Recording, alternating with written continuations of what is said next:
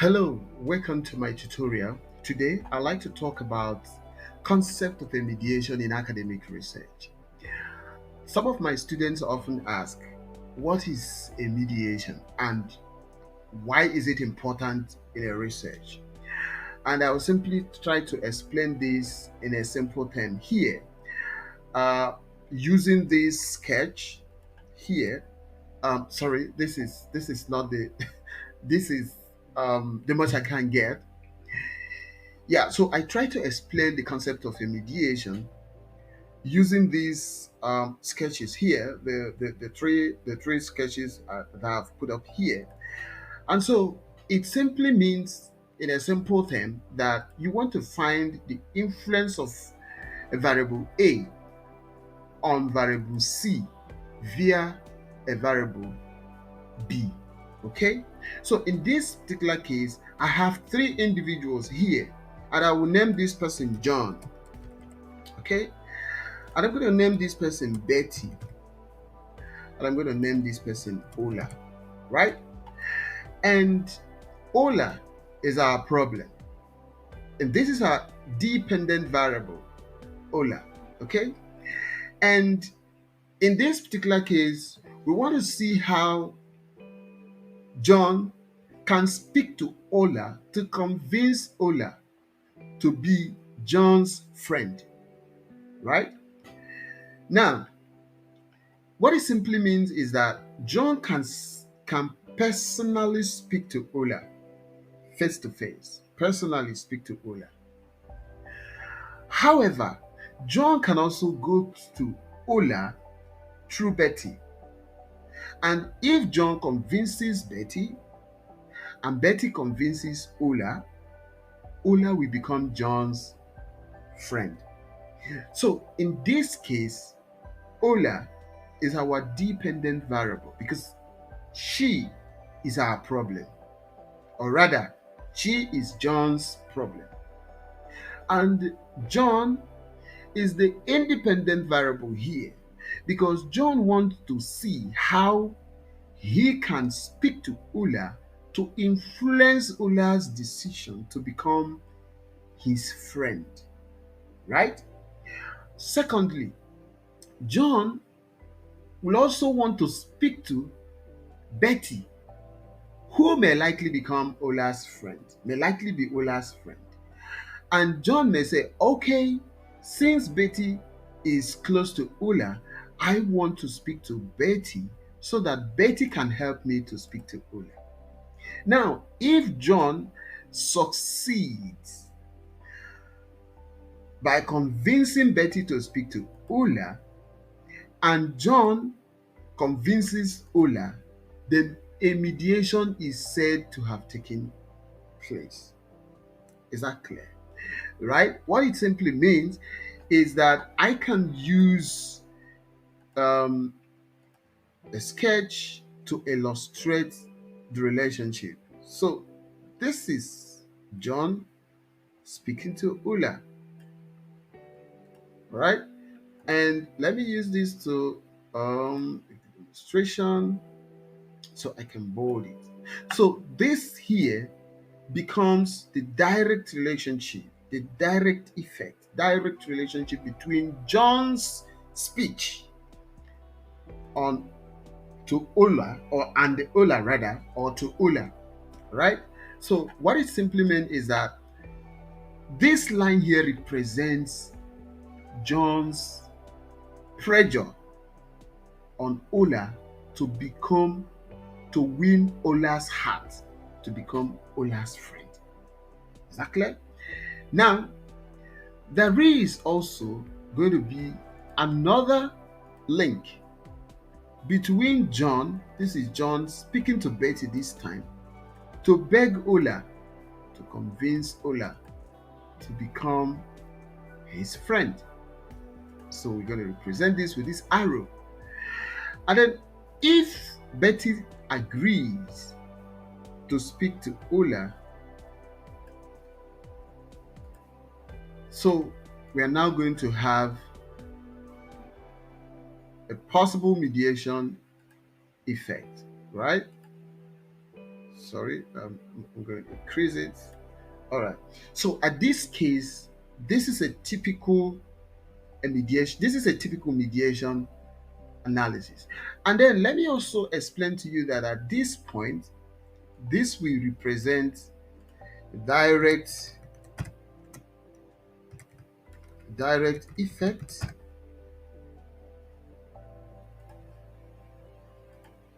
So there's also going to be another direct effect here.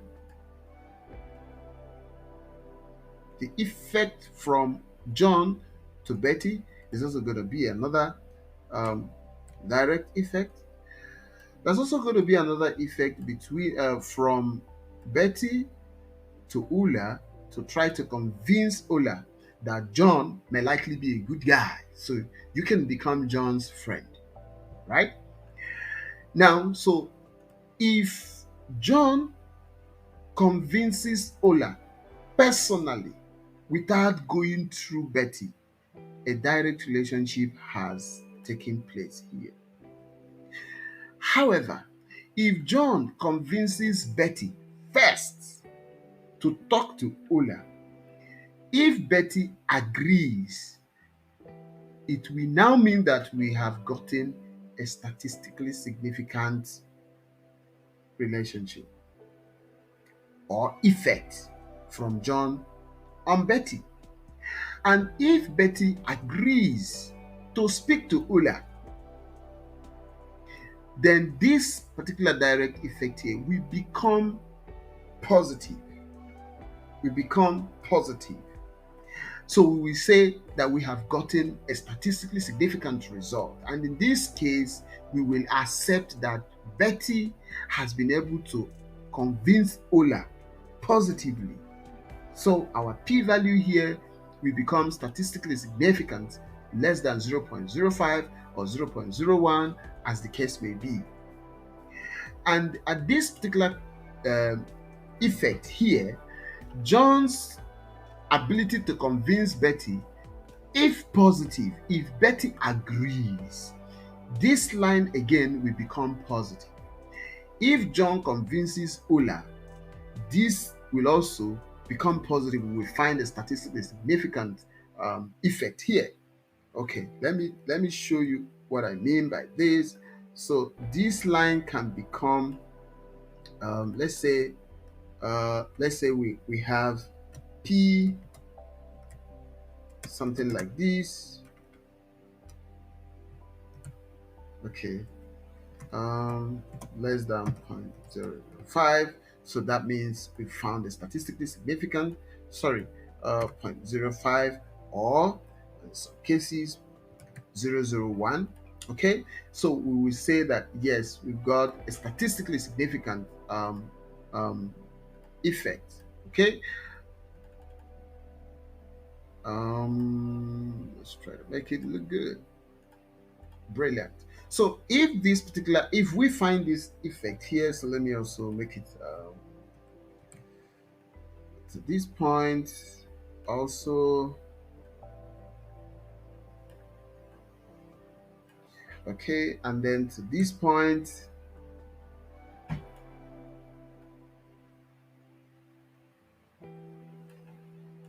Okay, so if we find this statistically significant effect here, here, and here, then a mediation is said to have taken place.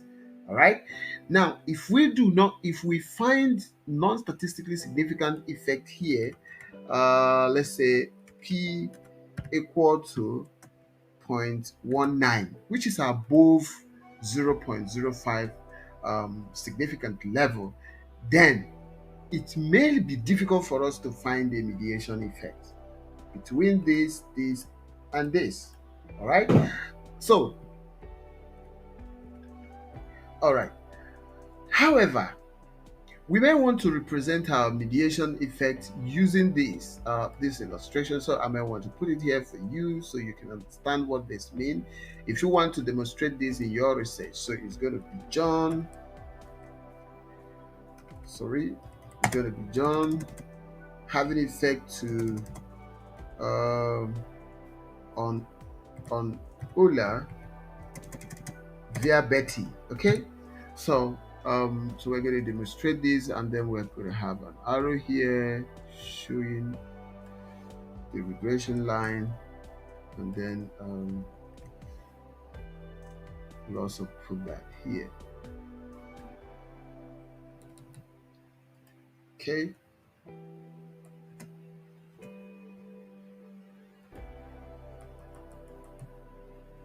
So this is exactly how you can demonstrate this, right? You can show, this is how you're going to show the mediation effect. Okay, so this is typically for a single mediator. If we have a single mediator in a relationship between variable A and variable B, right? Now, but what happens when you have a multiple mediator? So in this case, supposing that I have two persons, that John is not convinced about talking to Ola alone, uh, via, okay, oh sorry, we lost his head. um okay, so let us assume that in this case, let us assume that in this case, all right, um okay, so we position this here. So let us assume that in this case, uh John also has another male or female friend. This time, let's say um Mike, and John can also decide to also speak to Mike if he is not convinced that Betty can speak to Ula to convince Ula. So this will become another mediation effect from this point. Okay, from this point, let me bold it so you can see it very well. And then Mike can also speak to Ola, so that Ola will be able to um, agree. So invariably, when Ola sees that um, the pressure is coming from both Betty and Mike, Ola might decide to also um, agree. So in this particular case, if we are able to find um, if we are able to find a statistically significant effect here, and then also find another statistically significant effect from this angle, um, yeah, so we will say that that we will now say that Betty and Mike are the two mediators who mediated the effect of what John is saying to Ola, right? In this particular case, we will now say that the effect of what John said to Ola, okay, was mediated by two mediators, two persons now, Betty and Mike. So we can also decide to also come here to report that John's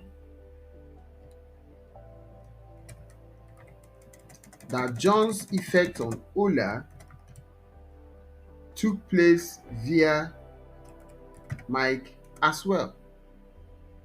So we're going to have this up here, and we're going to have this up here too. Okay, and so